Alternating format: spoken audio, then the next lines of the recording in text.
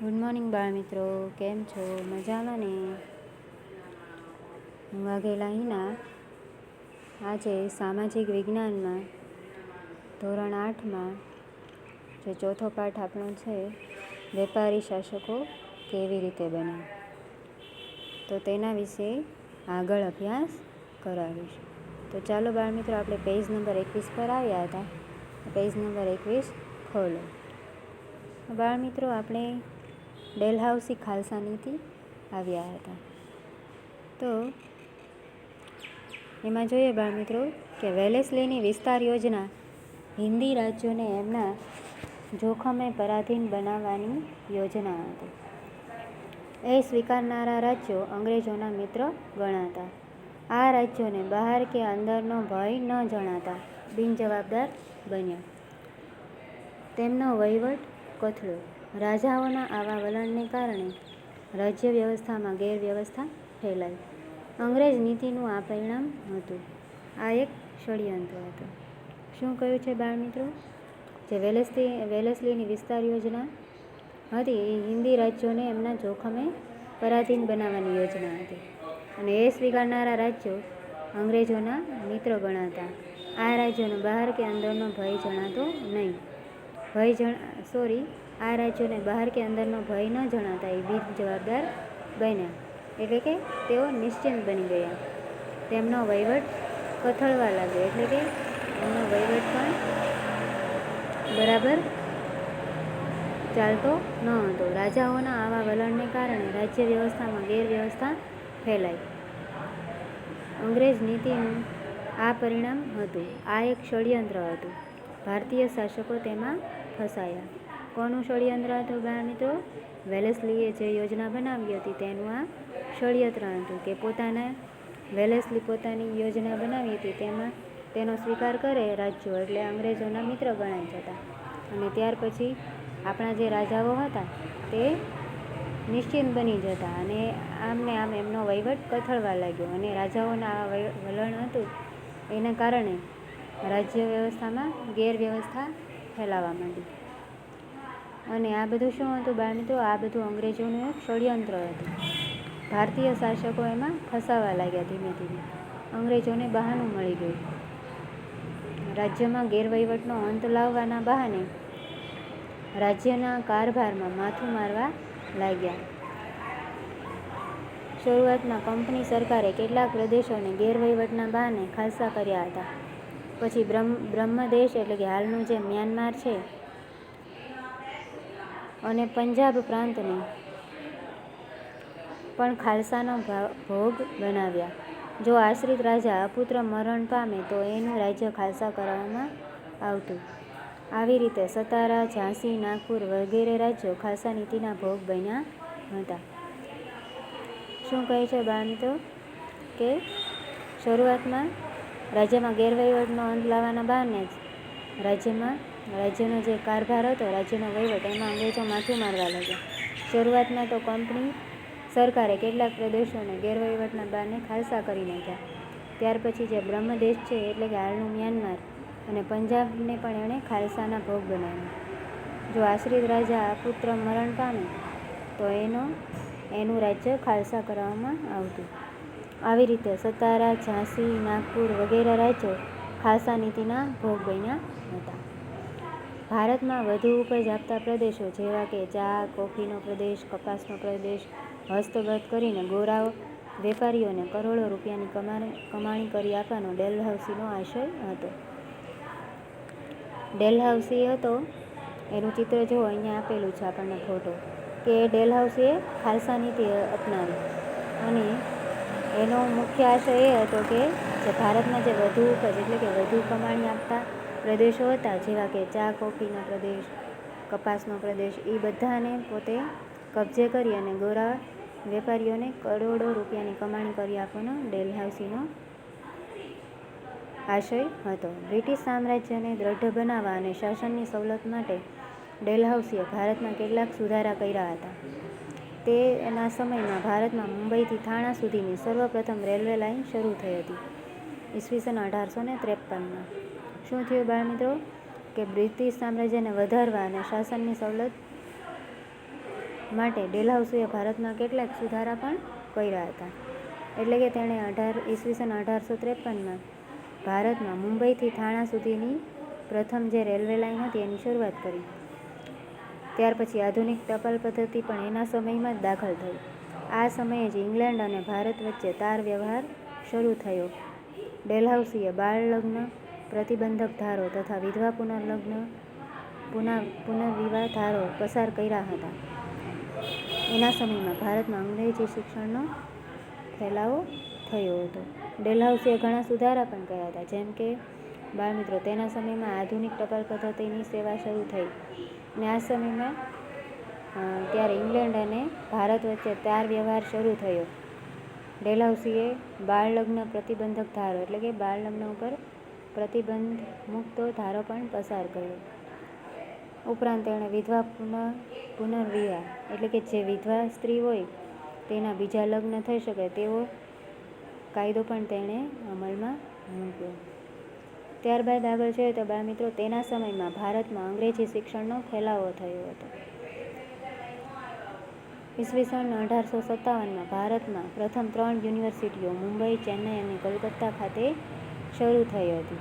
આમ આ સુધારાઓ મૂળ તો અંગ્રેજ શાસનના વિસ્તાર અને વહીવટની સરળતા માટે હતા, જેનો ભારતીય પ્રજાને પાછળથી ફાયદો થયો, પરંતુ આ માટે પ્રજાએ ઘણું બધું ભોગવવું પડ્યું. જો બાળમિત્રો અહીંયા 4.6માં ભારતમાં જે પ્રથમ રેલવે સુવિધા શરૂ થઈ તેનું ચિત્ર આપેલું છે અને આગળ જોઈએ તો એમ પણ કહ્યું છે કે ભારતમાં ડેલહાઉસીના સમયમાં અંગ્રેજી શિક્ષણનો ફેલાવો થયો. ત્યારે ઈસવીસન 1857માં પ્રથમ 3 યુનિવર્સિટીઓ મુંબઈ, ચેન્નઈ અને કોલકાતા ખાતે શરૂ થઈ. આમ આ સુધારાઓ મૂળ તો અંગ્રેજ શાસન વિસ્તારના અને વહીવટ માટેની સરળતા માટે હતા, જેનો ભારતીય પ્રજાને પાછળથી ફાયદો થયો, પણ તેના માટે ભારતની પ્રજાને ઘણું બધું ભોગવવું પડ્યું. પેજ નંબર 22 પર આગળ જોઈએ બાળમિત્રો.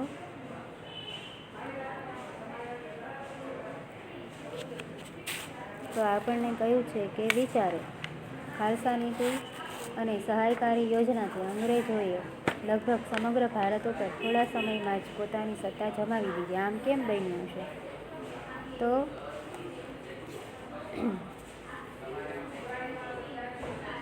તો અંગ્રેજો ભારતમાં આવ્યા ત્યારે દેશમાં નાના મોટા અનેક રાજ્યો હતા. તેમની વચ્ચે આંતરિક સંપ અને એકતા નહોતા. કેટલીક વાર એક રાજા બીજા રાજાને હરાવવા અંગ્રેજોની મદદ લેતો. આખા દેશનું હિત જોવાનું દીર્ઘદ્રષ્ટિ કોઈ રાજામાં નહોતી. અનેક હિન્દી રાજાઓ સહાયકારી યોજના સ્વીકારી અને અંગ્રેજોના ગુલામ જેવા બન્યા હતા, અને ત્યાર પછી એ બેજવાબદાર અને નિષ્ક્રિય અને વિલાસપૂર્ણ જીવન જીવવા લાગ્યા. એમનું યુદ્ધ કૌશલ અને શૂરવીરતા નાશ પામ્યા હતા. પરિણામે ડેલહાઉસીએ ખાલસા નીતિ દ્વારા અનેક રાજ્યોને કંપની સરકાર સાથે જોડી અને થોડા સમયમાં સમગ્ર ભારત ઉપર સત્તા જમાવી દીધી. ત્યાર પછી મિત્રો આપણને કહ્યું છે કે 1857માં બ્રિટિશરોનો વિજય એવી વિગતવાર ઇંગ્લેન્ડનું એક પુસ્તક તમારા હાથમાં આવે છે. તમે એ પુસ્તક વાંચો. હવે તમે શું પ્રતિક્રિયા કે પ્રતિભાવ આપશો? તો એનો ઉત્તર હશે બાળમિત્રો, અંગ્રેજોએ ભારતના રાજાઓની નિર્બળતાઓનો ગેરલાભ ઉઠાવ્યો હતો. સહાયકારી યોજના અને ખાલસા નીતિ દ્વારા નિર્માલ્ય બનેલા અનેક રાજાઓએ બ્રિટિશરોની સત્તા સ્વીકારી હતી. 1857ના વિપ્લવને નિષ્ફળ બનાવવામાં મહત્વનો ફાળો આપનાર ઝાંસીની રાણી લક્ષ્મીબાઈ, નાના સાહેબ પેશવા, મુગલ બાદશાહ બહાદુર શાહ, અયોધ્યાની બેગમ હઝરત મહાલ, જગદીશપુરના જાગીરદાર કુંવરસિંહ, તાત્યા ટોપે વગેરેના પરાક્રમોની ઝાંખી આ પુસ્તકમાં જોવા મળતી નથી. 1857નો વિપ્લવ એ ભારતનું પ્રથમ સ્વાતંત્ર્ય યુદ્ધ હતું. એનો ઉલ્લેખ ક્યાંય જોવા મળતો નથી. 1857માં બ્રિટિશરોએ કુટિલ રાજનીતિ અપનાવીને વિજય મેળવ્યો હતો. સમગ્ર પુસ્તક પક્ષપાતપૂર્ણ ભાવનાથી અસત્યના આધારે લખાયેલું છે. હવે બાળમિત્રો આગળ જોઈએ ભારે લોભની એટલે કે પ્રજાનો અસંતોષ. તો સહાયકારી યોજના પછી ડેલહાઉસીના ખાલસાવાદે આખા દેશમાં ખળભળાટ મચાવી દીધો.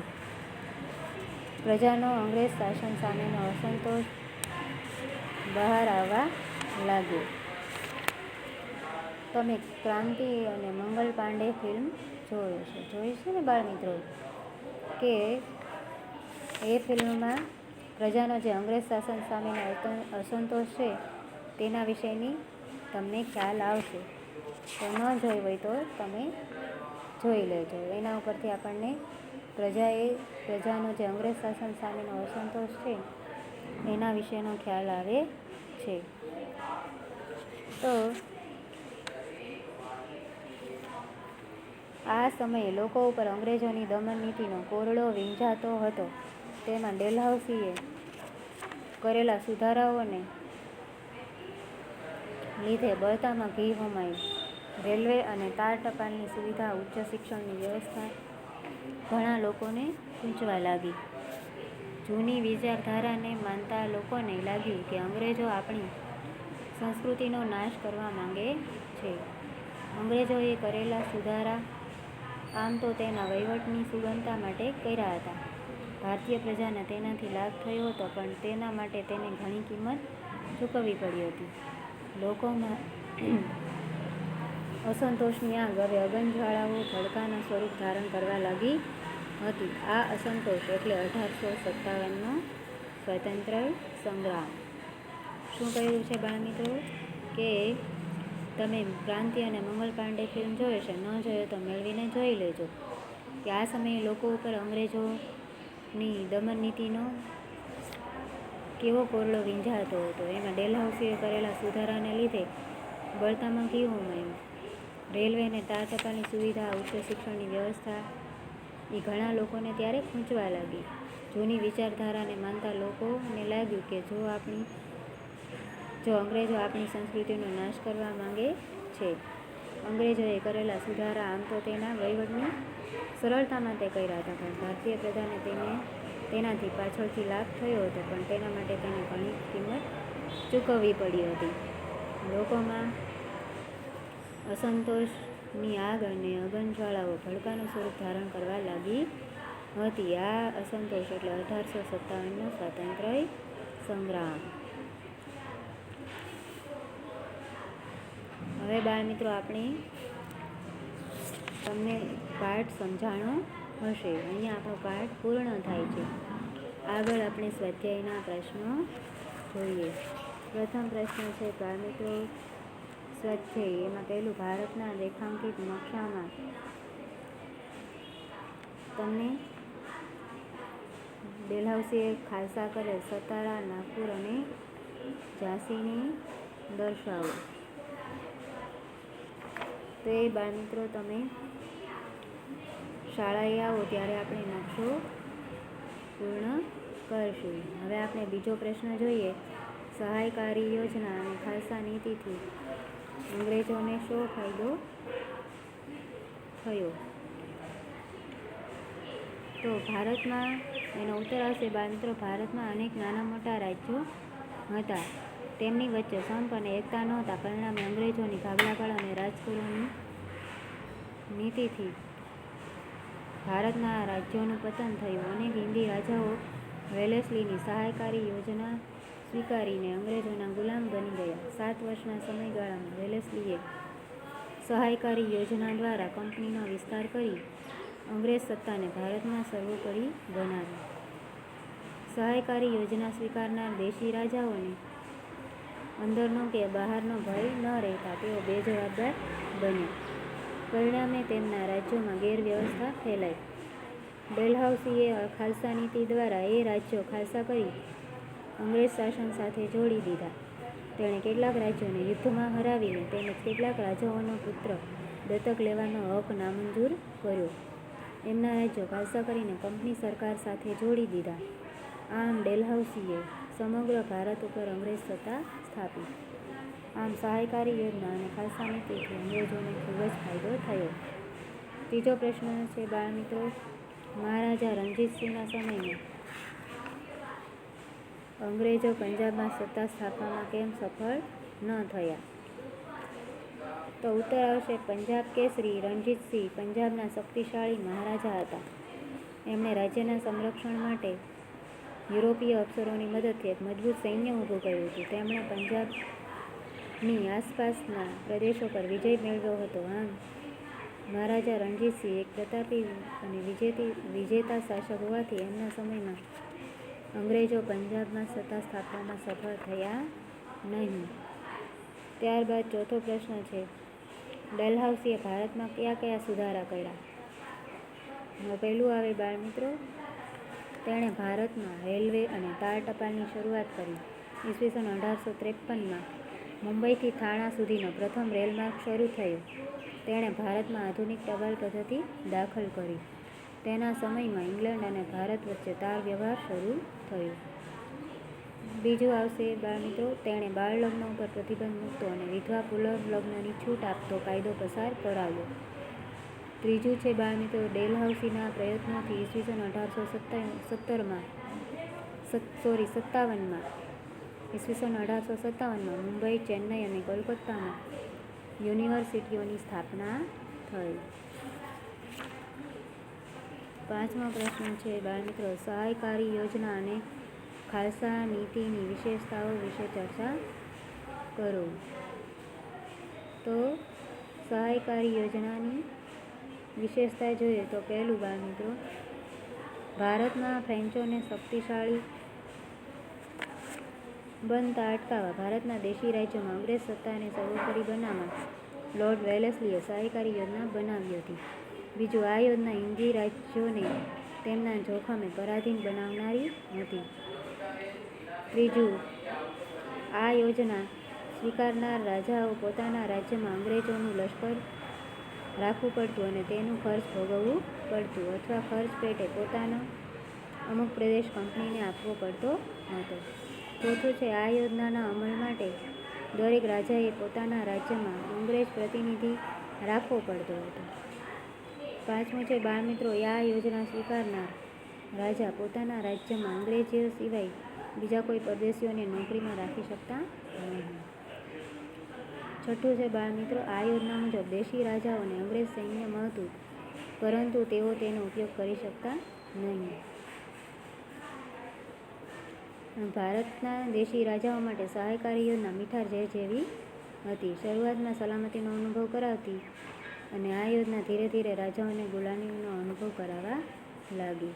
ત્યારબાદ ખાલસા નીતિની વિશેષતા જોઈએ તો ખાલસા નીતિ એટલે રાજાની સત્તાનો અંત લાવી તેના રાજ્યને સીધું જ અંગ્રેજ શાસન નીચે મૂકવું. ખાલસા નીતિ લોર્ડ ડેલહાઉસીએ અપનાવેલી હતી. આ નીતિનો તેણે 3 રીતે અમલ કર્યો. પહેલું, રાજ્યમાં ગેરવહીવટનું બહાનું રજૂ કરી તેણે આશ્રિત રાજાઓના રાજ્યો ખાલસા કર્યા. દાખલા તરીકે અયોધ્યાનું રાજ્ય. બીજું છે, બિનવારસ મૃત્યુ પામેલા રાજાઓનો પુત્ર દત્તક લેવાનો હક નામંજૂર કરી તેના રાજ્યો ખાલસા કર્યા. દાખલા તરીકે સાતારા, જૈતપુર, ઝાંસી, સંબલપુર, નાગપુર, આરકોટ, તાંજોર, કર્ણાટક વગેરે. ત્રીજું આવશે બાળમિત્રો, તેણે યુદ્ધો દ્વારા જીતેલા રાજ્યો ખાલસા કર્યા. દાખલા તરીકે તેણે શીખોને યુદ્ધમાં હરાવી પંજાબ ખાલસા કર્યું. તેણે મ્યાનમાર એટલે કે બર્માના રાજાને હરાવીને તેની પાસેથી રંગૂન સહિતનો બેગી પ્રાંત પડાવી લીધો. આમ લોર્ડ ડેલહાઉસીએ જીત, જપ્તી અને ખાલસા દ્વારા ભારતના ઘણા દેશી રાજ્યોને કંપની સરકારના પ્રદેશોમાં જોડી અંગ્રેજ સામ્રાજ્યનો વિસ્તાર વધાર્યો. તો બાળમિત્રો, અહીંયા આપણો સ્વાધ્યાય પૂર્ણ થાય છે. હવે તમારે પાકી બુકમાં પાર્ટ 4નો સ્વાધ્યાય લખવાનો રહેશે. તે હું તમને હોમવર્કમાં આપી રહ્યું છું. ગુડ બાય બાળમિત્રો. જય હિન્દ, જય ભારત.